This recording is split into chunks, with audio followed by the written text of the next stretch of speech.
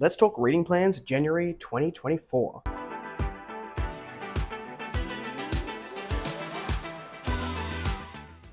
Hello everyone, welcome back to A Fictional Escapist. My name is Kris, and today's video is a January, I want to say TBR, it could be more of an MBR, it really depends on what happens while we're driving to Perth. This is the month where Rachel and I are officially driving to Perth. It's going to take us about 7 days to get across the desert. If you are over on the Discord, which is linked down below, I will have daily updates, hopefully with photos of the towns that we're going through. It is going to be quite scenic as we do get through the classic Australian desert on the Nullarbor as we cut across the country. So if you're interested in that, you can come along firsthand and you'll get daily updates over on the Discord. There will, of course, be a vlog. I will be doing a whole travel vlog for this, which will come out probably late January, early February. But before we jump into the TBR today, make sure you check in the description box down below for links to my social media and Discord, should you want to come along for the ride. Now, I say MBR because at the moment I've got like 2 audiobooks planned out. If the drive is 46 hours, and basically when I'm driving, I'll probably be listening to audiobooks, and when Rachel is driving, she'll be listening to podcasts, and I'm not a podcast guy, ironically, since I want to be making my own, but I'll probably be listening to my audiobook anyway, or having a snooze in the car, so I may very well get through both of my audiobooks before we arrive in Perth on the 13th of January, so there may be room to add something in here. But I have currently got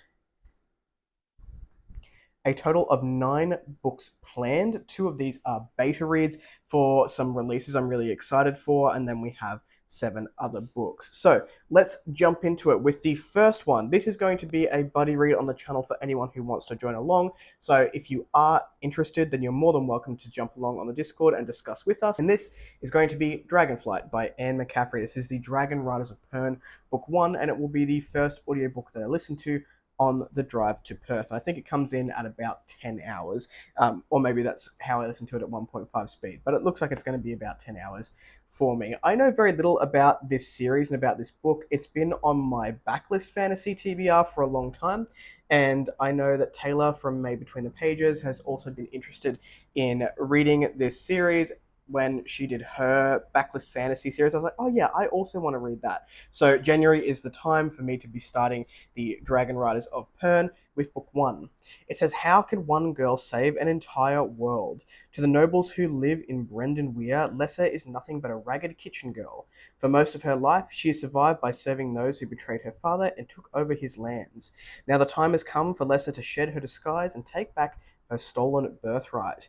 But everything changes when she meets a queen dragon. The bond they share will be deep and last forever. It will protect them when, for the first time in centuries, Lesser's world is threatened by Thread, an evil substance that falls like rain and destroys everything it touches.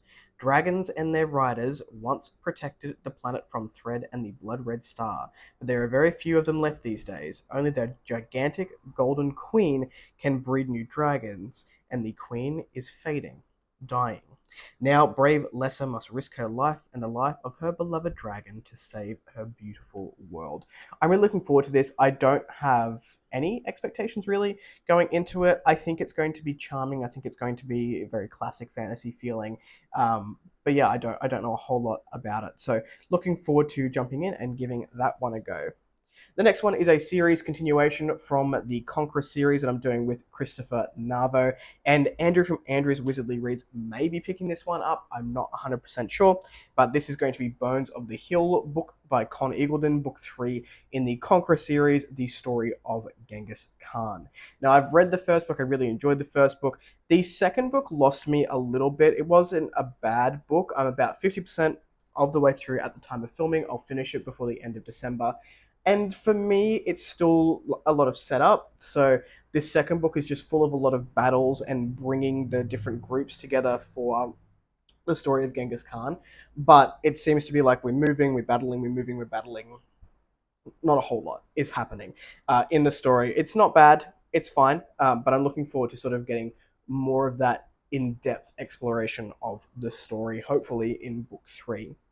The next one I have is another buddy read continuation, and this is the Bonehunters by Stephen Erickson, book 6 in Malazan, Book of the Fallen, which I'm doing with Roger over at Rogers Reads. I'm hoping to get this one done the week that I arrive in Perth. So Rachel and I both have a week off work after we arrive in Perth, just to sort of rest, recuperate, do any of the essential shopping that we might need as we're staying with somebody else while we're there and catching up with some friends. But I'm hoping to get a really good chunk of the Bonehunters done in that week. Stephen Erickson books tend to take me about 2 weeks to do on average, and I've just put a whole bunch of little other reads in here to help with that. But I'm looking forward to book 6. A lot of people say it's their favorite, so like I said, I think I've said it before, Malazan is 60%. I've got no idea what's happening, and 40% this is really rad for me. So we'll see where Bonehunters lands.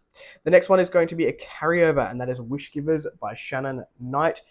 This was a carryover from December. I did not read it in this month, and I won't have a chance to read it before the end of the month. I am very interested in the story. It's been kindly gifted to me as a review copy, and I do want to be prioritizing some of those review copies that I have been gifted. So this is one of those. And similar to that is going to be Rada or Rada, which is written by Tracy and Joyce.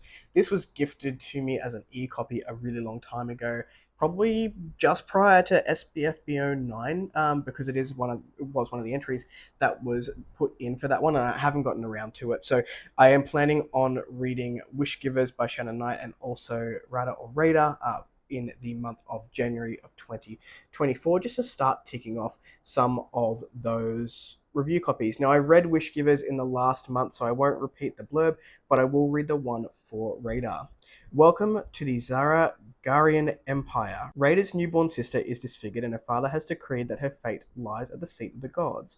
Rada knows what that means. He wants her sister dead. To save both her sister and her mother, Rada must find the Emperor and beseech him for help. Rada is 6. The Emperor terrifies her, but there is no one else. In a world of intricate politics, rivalries, dissent, and revolt, where old gods lay in wait, the fate of 2 little girls will change the course of an empire.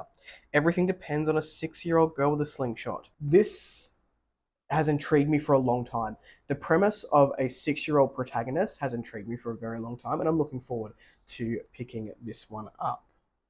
The next one I have is also a review copy, which I'm a little bit late on, and that is The Forsaken Planet by Brian Wilson. So for my TBRs in January, February, and even March, I'm really going to be focusing on getting these review copies read and reviewed here on the channel, because I do want to open myself up for reviews anymore, but I don't want to be unfair to people who have already sent me their books. So I will be doing my darndest to get all the review copies read within the first quarter. So, The Forsaken Planet by Brian Wilson. I've heard a lot of buzz about this one recently coming up, and it just says it's a thrilling sci-fi yarn blending elements of the space opera with fantasy fiction and a touch of ancient alien mythology. Though its hero is a college student, and the book certainly works as a YA novel, it can easily be enjoyed by those who are not regular YA readers. There's a sophistication to Wilson's world building and a skillful juggling of familiar tropes into something that seems quite vibrant and fresh. And this was a quote by Kent Lane, the indie reader, which is on top of the blurb here. So this one I've heard a lot of good things about. Over 2023, I think I leaned into the space opera a little bit more. So sci-fi, when I started this channel, was something I wanted to read more of. Fantasy is definitely my comfort area, but I am getting more into sci-fi. So this one sounds like it could be really fun and really up my alley, and I'm very much looking forward to getting a taste of Brian Wilson's work. The next one I have here is a novella which was gifted to me as an ARC. Again, a theme, I did not get to it, and I want to in the month of January. This is The Night of the Moon by Gregory Contaxis, and I've heard really good things about this little novella. I liked the first book enough. It wasn't my favorite read by any means, but it was fine. And I had a decent time with it. It did exactly what it promised to from start to end. And although the book is not something that I would read again, I'm very much interested to see how Gregory Contaxis continues to write and to follow his career. So The Night of the Moon is something I'm very much looking forward to. It says, John the Long Arm leads a life as a bounty hunter at the Three Heads. His name has spread far and wide across the north, while plenty of gold weighs down his pockets. Just when everything seems to be going well for him, a group of soldiers order him to take on a new mission. This time, his task is to track down a very dangerous man, a knight who rejected his oaths, turning his back on Galdeth and its ruler. Will John choose the way of honor and devotion, or will he succumb to his unquenchable thirst for wealth? I really like John. He was probably my favorite character in Return of the Knights, which makes me excited to get to The Night of the Moon. So looking forward to picking this one up. The next two I have are beta reads. I don't really have covers, and I can't say too much about them, but I'm very excited, and they're names that you'll probably know. The first one is Die Young. This is by Morgan Shank, and it is an epic fantasy. So Morgan Shank is the author of the Low Country series. Book 3 is coming out early next year, and Die Young is looking for a release just before SPFBO 10 comes out, fingers crossed.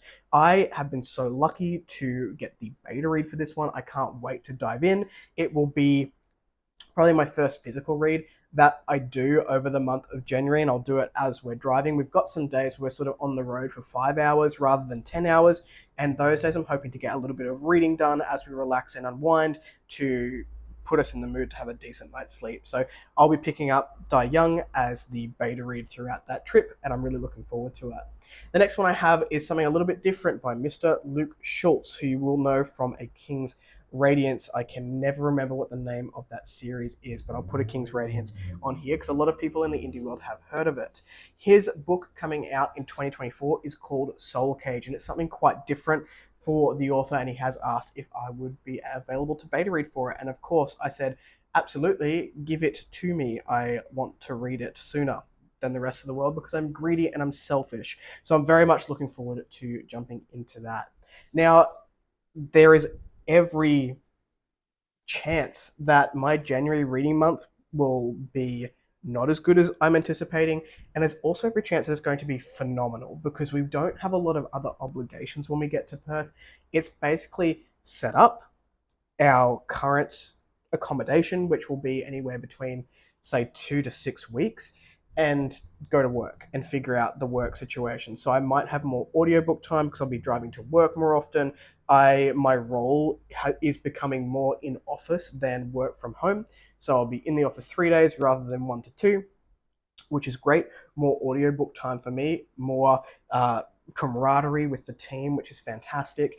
And I also don't have all those family obligations. We don't have a lot of friends in Perth to go and see. This is really a time for us to work on ourselves as a couple and think about what we want for the future over the next few years. So I'm hoping to really just dive into reading and this passion that I've been following for the last couple of years. So I don't know, I got off topic there and went on a bit of a rant. So it could very well be that the wrap up has more books in it, which is what I'm hoping for, fingers crossed. But also I want to be writing more, so that could take up the time as well. That is what I'm planning for January, plus a little bit of information that you probably don't care about. What are you picking up in the month? Let me know in the comments down below. If you like the content, give it one of those. If you want to see more of it, click subscribe at your will, and I will catch you in the next video. Ciao.